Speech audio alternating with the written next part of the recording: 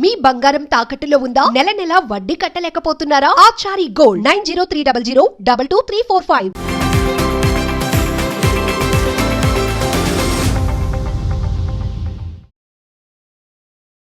నమస్తే, welcome to Magna TV. నేను ఆదిత్య.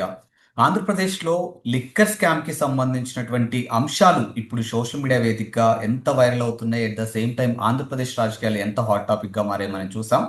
మరి దీంట్లో వాస్తవాలు అవాస్తవాలు అసలు ఎంతవరకు నిలిచి ఉంది, ఎంతవరకు అవాస్తవం ఉంది, ఇవన్నీ తెలుసుకునే ప్రయత్నం చేద్దాం. ప్రస్తుతానికి మనతో పాటు లైవ్ లో ఉన్నారు విశాఖ జిల్లా నుంచి వైఎస్ఆర్సీపీ అధికార ప్రతినిధి డాక్టర్ మల్లేశ్వర్ గారు మనతో ఉన్నారు. ఒకసారి మేడంతో మాట్లాడతాం. మేడం నమస్తే. మేడం నమస్తే మ్యామ్, ప్రస్తుతానికి ఆంధ్రప్రదేశ్ రాజకీయాల్లో లిక్కర్ స్కామ్ చాలా ఎక్కువగా వినిపిస్తుంది. ముఖ్యంగా వైఎస్ఆర్సీపీ పాలనలో దాదాపుగా 3,500 కోట్ల స్కామ్ జరిగిందంటూ కొన్ని న్యూస్ ఇప్పుడు సోషల్ మీడియా వేదిక మనం చూస్తూనే ఉన్నాం. సో దీనిపై మీ కామెంట్ ఏంటి? అసలు ఎంతవరకు ఇందులో వాస్తవం, ఎంతవరకు అవాస్తవం ఉంది? బేసికల్ గా లిక్కర్ స్కామ్ జరిగింది 2014 నుంచి 19 వరకు. అదే లిక్కర్ స్కామ్ జరిగిందన్న విషయంలో చంద్రబాబు నాయుడు గారు ముందస్తు బెయిల్ తెచ్చుకోవడం, ఆయన పేరు యాడ్ చేయడం అనే సంఘటనలు మనం గతంలో చూసాం. ఆ వీడియోస్ కూడా ఉన్నాయి, ఒకసారి రిపీట్ చేస్తే కూడా తెలుస్తుంది. స్కామ్ జరిగింది, స్కామ్ లో ఆయన ఇప్పటికీ స్టిల్ బెయిల్ మీద ఉన్నారన్న విషయం రాష్ట్ర ప్రజలకి అందరికీ ఇంకొకసారి నేను గుర్తు చేస్తున్నాను. స్కామ్ జరిగింది మీ హయాంలో. ఎందుకు అనంటే ఇవాళ రాష్ట్ర ప్రభుత్వంలో విచ్చలవిడిగా ఈ 1 year చూడండి, గతంలో కూడా బెల్ట్ షాపులని విపరీతంగా ఎంకరేజ్ చేసింది ఈ కూటమి ప్రభుత్వమే. లేకపోతే పర్మిట్ రూమ్స్ కి పర్మిషన్స్ ఇచ్చుకుంది మీరే. జగన్మోహన్ రెడ్డి గారి హయాంలో అసలు బెల్ట్ షాపులు ఎక్కడున్నాయండి? ఏ విధంగా స్కామ్ జరిగిందని మాట్లాడడానికి పర్మిట్ రూమ్లకి పర్మిషన్స్ ఇచ్చుకుంది మీరు, తీసుకెళ్లి ప్రైవేట్ వ్యక్తుల చేతులు పెట్టింది మీరు, విచ్చలవిడిగా మద్యాన్ని ఏర్లై పారుస్తుంది మీరు. ఇవాళ చూడండి, కొని ఇవాళ కూడా బెల్ట్ షాపులు ఎన్ని ఉన్నాయి? 55,000 నుంచి 60,000 బెల్ట్ షాపులు ఉన్నాయి రాష్ట్రంలో. మీ కూటమి ప్రభుత్వం వస్తే ఏకంగా మీరు చేసే పని ఒకటే ఏంటంటే ఆడవాళ్ళ పుస్తలతో వ్యాపారాలు చేయడానికి రెడీ అయిపోతుంది మీ కూటమి ప్రభుత్వం, జగన్మోహన్ రెడ్డి గారు కాదు. సరే పోనీ మీ దగ్గర ఏమన్నా సాక్ష్యాలుండి, ప్రూఫ్లుండి, మద్యంలో ఇంత కుంభకోణం జరిగిందని పెద్ద పెద్ద మాటలు మాట్లాడుతున్న మీరు, జరిగిందని ఏమన్నా సాక్ష్యాలు ఉంటే మీరు ప్రూవ్ చేయాల్సినటువంటి పరిస్థితి ఉంది కదా, మీరు ప్రూవ్ చేయగలగాలి కదా. మీ దగ్గర ఏ సాక్ష్యాలు లేవు. ఏదో ఒక నింద వేసి అలా జగన్మోహన్ రెడ్డి గారిని అరెస్ట్ చేసేయాలా, ఆయన అరెస్ట్ చేసేసి మేమేదో తోపులు అనిపించుకోవాలా అనుకుంటే ఆ రాజ్యాంగం ఆ రాష్ట్రం ఈ రాష్ట్రంలో చెల్లదు, ఎట్టి పరిస్థితుల్లోనూ చెల్లదు. నాకు తెలిసిన ఇన్ఫర్మేషన్ ప్రకారం అయితే మీరు వెళ్ళి మోదీ గారిని కలిస్తే కూడా మోదీ గారు కూడా ముట్టికాలేసి మీ దగ్గర ప్రూఫ్ లేకుండా, సాక్ష్యాలు లేకుండా ఏ విధంగా ఆయనని అరెస్ట్ చేస్తారన్న అక్షింతలు వేసినట్టు నాకు తెలిసినటువంటి ఇన్ఫర్మేషన్. మేడం, ముఖ్యంగా ఈ రోజు వైఎస్ఆర్సీపీ అధికారం కోల్పోవటానికి ప్రజల నుంచి మద్యం విషయంలోనే వ్యతిరేకత రావడం వల్లే ఓడిపోయారు అనే అంశాలను కూడా ఇప్పుడు సోషల్ మీడియా వేదికగా కొంతమంది రాజకీయ విశ్లేషకులు, కొంతమంది కూటమి నుంచి కూడా కార్యకర్తలు మాట్లాడుతున్నటువంటి సందర్భాలు కనిపిస్తూనే ఉన్నాయి. సో దీంట్లో మీరు దీన్ని ఎంతవరకు యాక్సెప్ట్ చేస్తారు? మద్యం కోసం కాదండి, మద్యాన్ని ఎంకరేజ్ చేసి నాణ్యమైన రాష్ట్రానికి ఒక సంక్షేమం ఇస్తాము అని చెప్పేసిన ప్రభుత్వం జగన్మోహన్ రెడ్డిది. రాష్ట్రానికి సంక్షేమం కాదు, మంచి మద్యం ఇస్తాము అని చెప్పి వచ్చిన ప్రభుత్వం వీళ్ళది. నక్కకి నాగలోకానికి ఉన్నంత తేడా ఉంది, మీరు గమనించుకోవాల్సినటువంటి విషయం. ఆయన చదువు విషయంలో, విద్యల విషయంలో, లేకపోతే సంక్షేమ విషయంలో, ఆరోగ్య విషయంలో, బీదోడి యొక్క ఆర్థిక పరిస్థితి విషయంలో, ప్రతి ఒక్క విషయంలో ఆయన ఈ 5 సంవత్సరాలు చేసింది ఏంటి? మీరు వచ్చి ఎన్ని అబద్ధాలు ఆడుచుకొని ఈ 1 year లో మీరు ఎరగబెట్టింది ఏంటి అనేది రాష్ట్ర ప్రజలకు అర్థం అవ్వట్లేదు అనుకుంటున్నారా? మద్యాన్ని ఎంకరేజ్ చేసి ఎప్పుడన్నా అసెంబ్లీ సాక్షిగా నాణ్యమైన మద్యం ఇస్తాము అని చెప్పినటువంటి సీఎం ఎవరన్నా ఉన్నారా? ఈయన తప్ప. మీరు చెప్పండి. ఇవాళ మంచి చదువు కావాలి, పిల్లలకి బిడ్డలకి మంచి భవిష్యత్తు కావాలి. ఆ భవిష్యత్తు జగన్మోహన్ రెడ్డి గారు ఇచ్చారు. ఎన్నోసార్లు చెప్పాను, మళ్ళీ ఇంకొకసారి చెప్తున్నా, గవర్నమెంట్ స్కూల్ పిల్లల్ని ఐక్యరాజ్య సమితికి నడిపించినటువంటి ఘనత జగన్మోహన్ రెడ్డి గారిది. మీరు గతంలో మీ ప్రభుత్వం హయాంలో ఉన్నప్పుడు పరిస్థితులు ఏంటంటే బెంచీలు కూడా లేవు, కింద కూర్చొని మీరు మాట్లాడినటువంటి వీడియోలు కూడా చాలా ఉన్నాయి. ఇవాళ ప్రభుత్వం వచ్చాక మీరు వెళ్ళి నాడు నేడు కార్యక్రమం ద్వారా ఆయన డెవలప్ చేసినటువంటి స్కూళ్ళకి వెళ్ళి మాట్లాడుతున్నటువంటి వాళ్ళ ఇంగ్లీష్ చూసి మీరు ఆశ్చర్యపోయి ఇలాంటి డెవలప్మెంట్ ఎలా వచ్చిందని దీ క్రెడిట్ కూడా మీ దాంట్లో నిసిగ్గుగా వేసుకోవాలనుకుంటుంది మీరు. మొన్న వెళ్ళారు కదా చంద్రబాబు నాయుడు గారు, భవనాలు ఎలా ఉన్నాయి, ఇవన్నీ మాట్లాడుతున్నారు. చదువులు ఎలా ఉన్నాయని అంటే అసలు ఇంగ్లీష్ మీడియం వద్దని చెప్పేసి మాట్లాడినటువంటి మీరు మీకు ఏ నైతిక విలువలు ఉంటాయండి ఇవాళ మాట్లాడడానికి? గతంలో చూసుకున్నట్టే ఎన్నిసార్లు వచ్చారు మీరు? చాలా సార్లు ప్రభుత్వంలోకి వచ్చారు కదా. అలాగే ఉన్నాయి కదా గవర్నమెంట్ స్కూల్ యొక్క పరిస్థితి. బాత్రూమ్ తో సహా ఇబ్బంది పడే పరిస్థితులు ఉంది. ఇవాళ ఏంటి ఇంటర్నేషనల్ లెవెల్లో స్క్రీన్లు పెట్టి పిల్లలకి చదువు చెప్పడం గాని, వొకాబులరీ యూజ్ చేయడం గాని, ఐబీ టోఫెల్ విధానాన్ని సిబిఎస్ఈ తీసుకొని రావడం గాని, ఇవన్నీ చేసింది ఎవరు? జగన్మోహన్ రెడ్డి గారు కదా. మీకేంటంటే 99 రూపాయలకే మద్యం ఇవ్వాలి, తల్లికి వందనం ఉన్నా లేకపోయినా ఎటు పోయినా పర్లేదు, నాన్నకి ఇంధనం కావాలి అని తీసుకొచ్చింది ఎవరు? మీరు కాదా? మీ ప్రభుత్వంలోనే, మీ హయాంలోనే మద్యం కుంభకోణాలు జరిగింది. మీ హయాంలో, జగన్మోహన్ రెడ్డి గారి హయాంలో కాదు. జగన్మోహన్ రెడ్డి గారి హయాంలో అసలు మందే లేకుండా ఎందుకంటే స్లోగా అరికట్టుదాము.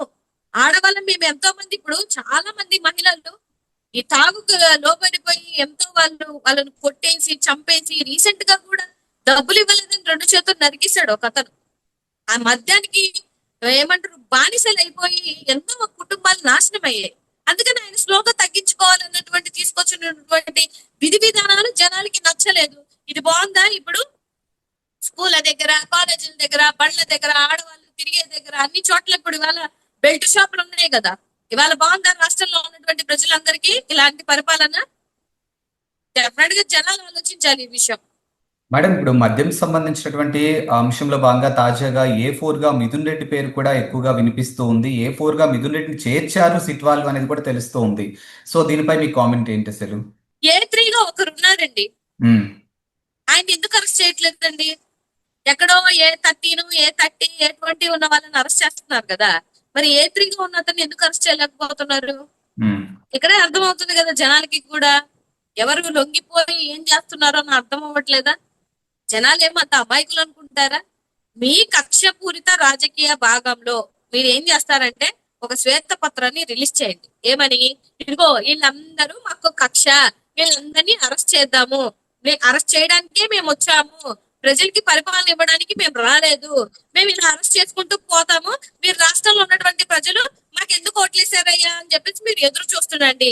మీ పేర్లు రాసి ఓపెన్ గా ఏదో మహానాడు ఏదో చేసుకుంటున్నారంట కదా, ఆ రోజు రిలీజ్ చేయండి. మీరు ఏం చేస్తున్నారంటే మీ కక్షపూరిత రాజకీయాల్లో భాగంగా అందరి పేర్లు మీ ఇష్టం వచ్చినట్టు ప్రూఫ్లు ఉన్నా లేకపోయినా, నిన్న కూడా కాకాని గారిని అరెస్ట్ చేశారు. మైనింగ్ అధికారులే చెప్తున్నారు అతనికి ఎటువంటి గ్యాంబ్లింగ్ అక్కడ ఏం జరగలేదు, ఎటువంటి లోపాలు లేవంటే మీరెవరండి డిసైడ్ చేయడానికి? ఏ విధంగా కక్షపూరితంగా మీరు రాత్రి అరెస్ట్ చేశారు? అందుకే అంటున్నాను, ఓపెన్ గా ఒక లిస్ట్ రిలీజ్ చేయండి. వీళ్ళని మేము ఎట్టి పరిస్థితుల్లో అరెస్ట్ చేయడానికి మేము ఫిక్స్ అయిపోయాము మెంటల్ గా. కొంతమందిని అయితే ఇంకా స్టేషన్ లోనే చంపేస్తామని కూడా చెప్పేయండి. పోనీ ఏముంది? ఇప్పుడు వంశీ గారి ఫోటో చూస్తుంటే, ఆయన చూస్తుంటే బాధ వేయట్లేదా?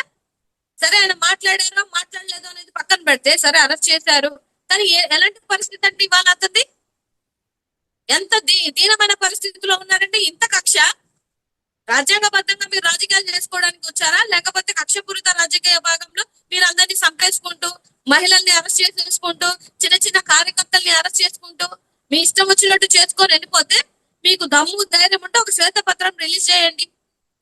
అప్పుడు జనాలు కూడా అనుకుంటారు, ఓకే ఫైన్, మీరు కక్షపూరిత రాజకీయంలో భాగంగా ఇలా అరెస్ట్ చేసుకుంటున్నారు అనేది అర్థం అవుతుంది. ఎందుకంటే మీకు పరిపాలన అవసరం లేదు, రాష్ట్రంలో సంక్షేమం అవసరం లేదు. ఈ 1 year వీళ్ళొచ్చి ఉద్ధరించింది ఏదీ లేదు. కేవలం అరెస్టులు అరెస్టులు అరెస్టులు అరెస్టులు చేసుకోమనండి సార్. అంటే ఇప్పుడు వాళ్ళ సైడ్ నుంచి వాళ్ళ వర్షన్ అంటే గాడి తప్పినటువంటి ఆంధ్రప్రదేశ్ ని తిరిగి గాడిలో పెట్టడమే మా ప్రయత్నం, ఇక్కడ ఎక్కడా కూడా కక్షపూరిత రాజకీయాలు లేవు అనే గాడి తప్పిన సంక్షేమాన్ని మీరు ఎవరన్నా రాష్ట్రంలో గాడి తప్పిందనంటే సంక్షేమాలా, లేకపోతే అభివృద్ధా, లేకపోతే ఫైనాన్స్ డిఫెన్సా, లేకపోతే జిఎస్టీలా, లేకపోతే జీడిపిలా? ఇవి గాడి తప్పుతాయి. అంతేగాని మీ కక్షపూరిత రాజకీయంలో చేసుకోవడానికి గాడి తప్పుతాయి అంటే ఎలా మాట్లాడతారు సార్? మీరు వచ్చారు, జిఎస్టీ మైనస్ లోకి వెళ్ళిపోయింది, దీన్ని గాడిలో పెట్టండి. మీరు వచ్చారు, పేదరికం మళ్ళీ స్టార్ట్ అయింది, దీన్ని గాడిలో పెట్టండి. మీరు వచ్చారు, యువతకి భవిష్యత్తు ఇస్తానన్నారు, దీన్ని గాడిలో పెట్టండి. అసలు ఉన్నది లక్షణంగా ఎంచక్క గాడి తప్పిపోయినటువంటి రాష్ట్రాన్ని మళ్ళీ మంచి పరిస్థితిలోకి తీసుకొచ్చినటువంటి పరిపాలన వదిలేసి మీ ఇచ్చిన ఈ 1 year లోనే గాడి తప్పి ఎక్కడికో వెళ్ళిపోయింది రాష్ట్రం. అది మీరు గుర్తించండి. ఎందుకనే నేను ఓపెన్ గా చెప్తున్నా కదా, మీరు కక్షపూరిత రాజకీయంలో భాగంగానే అరెస్ట్ చేస్తున్నామని ఓపెన్ స్టేట్మెంట్ చేయండి. వాళ్ళు చాలా చోట్ల చెప్తున్నారండి. వాళ్ళ మంత్రులు, వాళ్ళ ఎమ్మెల్యేలు, వాళ్ళకి సంబంధించినటువంటి నాయకులు లేకపోతే అధికార ప్రతినిధులు అరెస్ట్ చేస్తాం అనే మాట్లాడుతున్నారు తప్పితే ఒక ఉద్యోగం ఇస్తాం. ఒక ఆడబిడ్డ చనిపోయింది, చిన్న పాప చచ్చిపోయింది మొన్న. ఒక 3 years బేబీ చనిపోయింది. రేప్ చేసి మరీ చంపేశారు. వాడిని ఏమైనా చేయగలిగారా? వాడిని ఏమైనా ప్రశ్నించగలిగారా? ఇవాళ పాపం డిప్యూటీ సీఎం గారు వచ్చేసి ఆయన సినిమా ఆగిపోతుందని ఆయన అంత బాధపడిపోతున్నారు. ఏ రోజైనా యువత బయటకు వచ్చి చెప్పులతో కొట్టుకున్న రోజు ఆయన వచ్చాడా? తిరుపతిలో అంతమంది చనిపోయారు, ఏ రోజన్నా వచ్చారా? పోనీ ఇక్కడ సింహాచలంలో అంతమంది చనిపోయారు, ఏ రోజన్నా వచ్చారా? ఇవాళ బాధ వస్తుందా మీకు? మీ సినిమా ఆగిపోగానే మీకు బాధ వస్తుందా? ఒక ఆడబిడ్డ 3 సంవత్సరాలు బిడ్డ చచ్చిపోతే మీకు బాధ రాలేదా? పదవులు వచ్చాయి, పదవులు అనుభవిస్తున్నారు, ఇవన్నీ ఎందుకు వస్తాయండి వాళ్ళకి? ఇది రాష్ట్రంలో ఉన్నటువంటి ప్రజలు చూడట్లేదు అనుకుంటున్నారా? డెఫినెట్ గా చూస్తారు. మీకన్నా నాకన్నా ఇవాళ పీఠాల్లో కూర్చున్నటువంటి నాయకుల కన్నా జనాలు చాలా తెలివైన వాళ్ళు. కళ్ళబొల్లి మాటలు చెప్పి వీళ్ళు వచ్చారు, నమ్మారు, జనాలు మోసపోయారు. డెఫినెట్ గా ఆ వెళ్ళిపోయిన 10% కూడా మళ్ళీ చంపలేసుకొని మళ్ళీ తిరిగి రాకపోతే అప్పుడు అడగండి.